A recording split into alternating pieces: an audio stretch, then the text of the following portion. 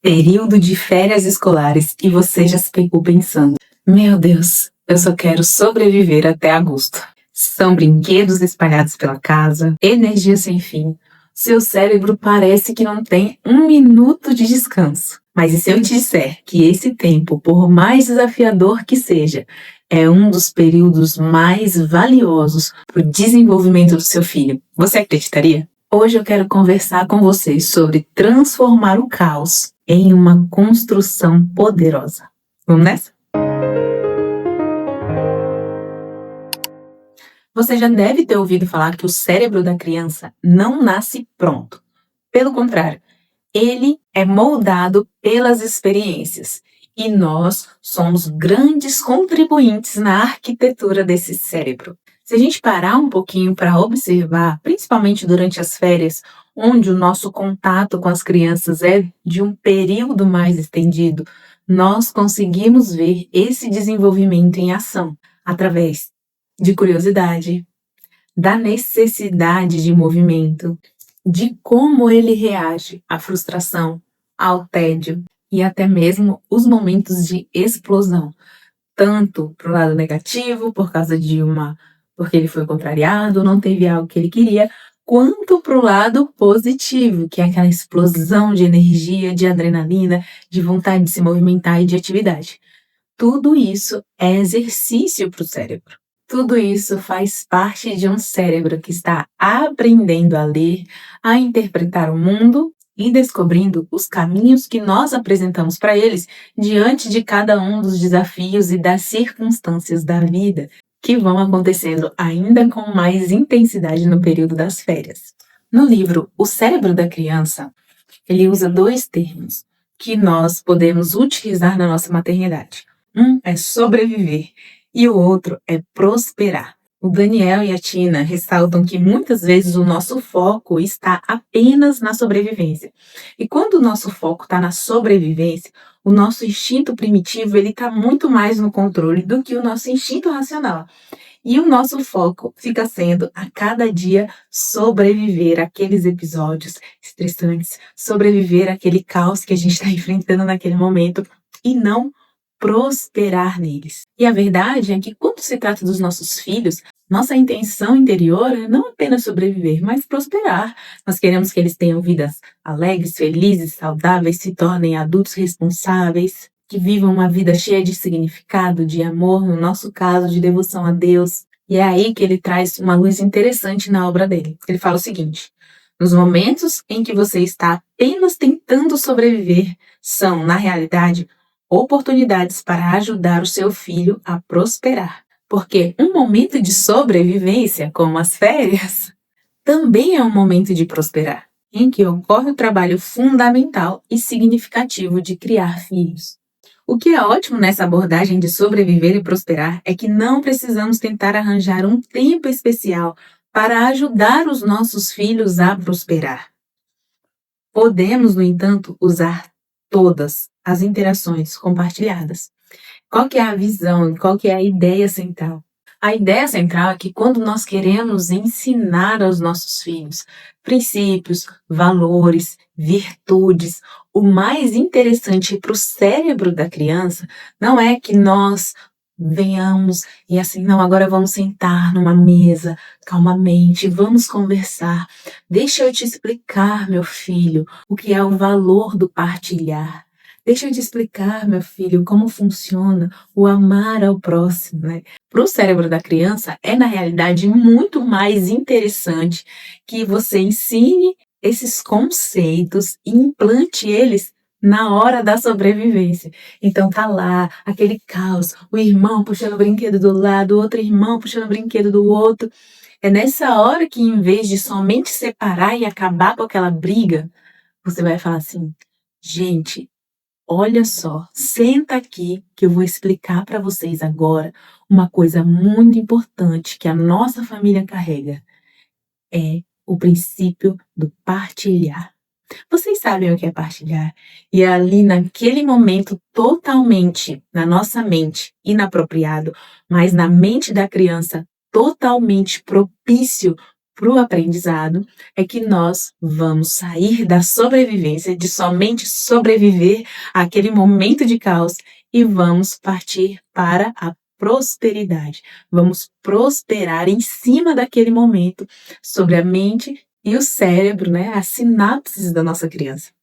Eles, inclusive, têm uma analogia muito bacana que fala o seguinte: igual num caminho de mato que você faz, por exemplo, de casa até o riacho, todo dia, de casa até o riacho você vai, e você usa o mesmo caminho, e aquele caminho fica marcado.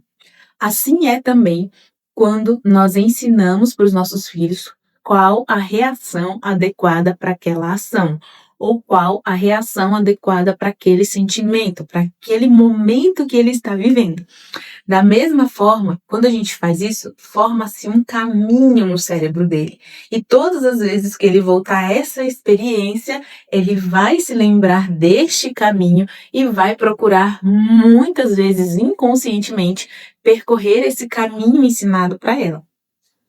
Por isso que sim, contradizendo o que a gente acredita, né, que, nossa, aquele momento em que estão todos exaltados, claro, não é o momento que a criança está numa birra forte, principalmente se ela é menor de 4 anos, está numa birra daquela que sequestra ela dela mesma. Mas é naqueles momentos em que as coisas não estão fluindo bem, que você está querendo sobreviver àquilo. Esse é o momento mais apropriado para prosperar na educação deles. Eu acredito que as férias, elas não são só um teste de resistência e de sobrevivência, porque nós mães sabemos, nossa, mas como assim? Você é mãe e você não gosta das férias? Gente, não é isso. É porque nós somos mães e temos inúmeras outras tarefas. E a verdade é que a maioria de nós, quando não tem um foco e um discernimento muito claro, acaba deixando para nós mesmos o último momento, quando sobra o tempo. E quando as crianças estão o tempo todo em casa, esse momento raramente existe de sobrar tempo. Quando eles estão fora, você consegue fazer as atividades. E eu tô falando assim, fora, na maioria das vezes, meio período, né? Que acontece na maioria das crianças de mães que não trabalham o dia todo fora. Então, quando eles estão ali fora, meio período, é o tempo que você tem para se organizar, para fazer algumas atividades que precisam de mais concentração. E no período das férias, isso fica muito difícil. Muitas de nós trabalham de casa e não estão de férias. Então, é um malabarismo realmente assim. E aí, será o que que é isso? É um teste de sobrevivência? É um teste de paciência? Na verdade, eu encaro quase que como um convite para mostrar que tanto os nossos filhos estão em formação como pessoas, quanto nós continuamos em formação quanto mães. A maternidade é uma escola que a graduação acho que só chega com a chegada dos netos. E olhe lá, dependendo das relações, ainda não é a formatura. Mas nós continuamos crescendo e aprendendo todos os dias como mães. Hoje eu tento ser uma melhor mãe do que eu fui ontem, mesmo sabendo que ontem eu entreguei meu melhor. Então hoje eu tenho um outro melhor a oferecer. E tem dias que a gente tá o cacareca e não tem nada mesmo para oferecer. E tá tudo bem. O importante é que isso não seja rotineiro e principalmente que a gente entenda essa maternidade instagramável, ela não existe de verdade. Ninguém tá ali filmando os momentos de birra, ou pelo menos não deveria, tá? Filmando os momentos de birra do filho, filmando a resposta atravessada que levou de um pequenininho que outro dia estava aprendendo a andar. Claro que não tá, eu não faço isso. Por quê? Porque são momentos pessoais, momentos íntimos, momentos em que você não precisa estar expondo por aí. Mas isso não quer dizer que eles não existam. Porém, é muito bom saber que mesmo em meio ao caos, mesmo em meio aonde nós não vemos perspectivas, é um ótimo momento para prosperar na nossa maternidade. É um ótimo momento para aprender lições e para ensinar lições. E as conexões se tornam muito mais fortes nesses momentos de vida real. Nesses momentos em que as coisas estão acontecendo naquele voo que você não sabe para onde vai. É nesse momento que você pode parar e falar assim: Senhor, o que que o Senhor tem para me ensinar aqui nessa situação e para ensinar aos meus filhos através de mim nessa situação. E o que é mais engraçado é que quando a gente vai com esse pensamento, a gente sai do papel de juiz, de que só tem uma acusação a fazer do caos, né? Então, tipo, você tá fazendo bagunça, vocês estão brigando de novo, não sei o quê. Sai desse papel de acusação e passa para um papel de conexão. E não precisa ser aquele, vem cá, deixa eu te abraçar para te explicar esse momento. É realmente uma troca ali, sabe? Filho, deixa eu te explicar uma coisa. Você sabe que isso fere um princípio muito importante? Existe um princípio chamado mordomia. Você sabia que tudo que nós temos foi dado por Deus?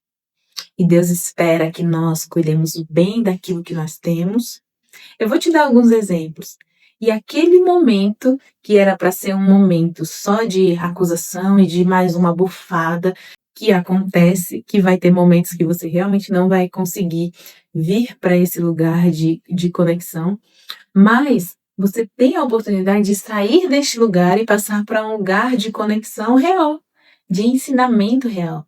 As crianças, elas estão ávidas por ensinamento, elas estão desejosas, ansiosas para que você ensine elas a agradar a você, agradar a Deus e a se tornar um adulto bom, uma pessoa boa. Elas têm esse anseio, só que elas precisam de direcionamento. Às vezes a gente cobra coisas que a gente não entregou tão bem assim, que eles não têm assim tanta clareza de como deve ser e por que deve ser.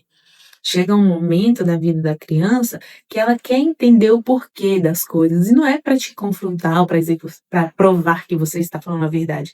Ela quer saber o porquê, porque ela está desejosa para entender o mundo, para entender como as coisas funcionam, por que funcionam. E é por isso que usar essa estratégia de prosperar em meio ao caos é tão bacana e faz tanto sentido. Eu acho que também não é por acaso que Deus nos manda ensinar em todo o tempo, andando pelo caminho, ao deitar, ao levantar, coloca nas portas, porque são nos momentos corriqueiros da vida, são nos momentos em que nós passamos mais tempo juntos, que nós conseguimos ensinar mediante a vivência. Viveu aquilo, ensina o significado, ensina como deveria ser, como pode acontecer nas próximas vezes. Isso vai fixar de uma maneira tão mais poderosa do que quando a gente senta para passar uma lista de informações ou uma lista de bons comportamentos. Eu também me lembro daquele versículo, né, de Paulo, porque o seu poder se aperfeiçoa na minha fraqueza. Eu acho que são os momentos que nós nos sentimos mais fracas, mais vulneráveis, mais cansadas. Mas, Senhor, falta quanto tempo mais para agosto? Falta quanto tempo mais para os meninos dormir? Falta quanto tempo mais para eu ter minha rotina de volta? Não quer dizer que seja ruim a gente desejar ter uma rotina bem estruturada. Eu amo rotina. Mas existe um outro olhar que a gente pode ter para esse momento. Existe um olhar de aperfeiçoamento. As coisas que mais te irritam provavelmente são as que mais você precisa tratar. E os nossos filhos estão aqui para isso, né? Para nos tratar. Além disso, eu não quero sair daqui sem te ajudar, pelo menos um pouco, com algumas dicas que costumam dar certo para que as férias fluam de maneira mais gostosa, mais harmônica. A primeira, eu recomendo fortemente que vocês tenham uma rotina.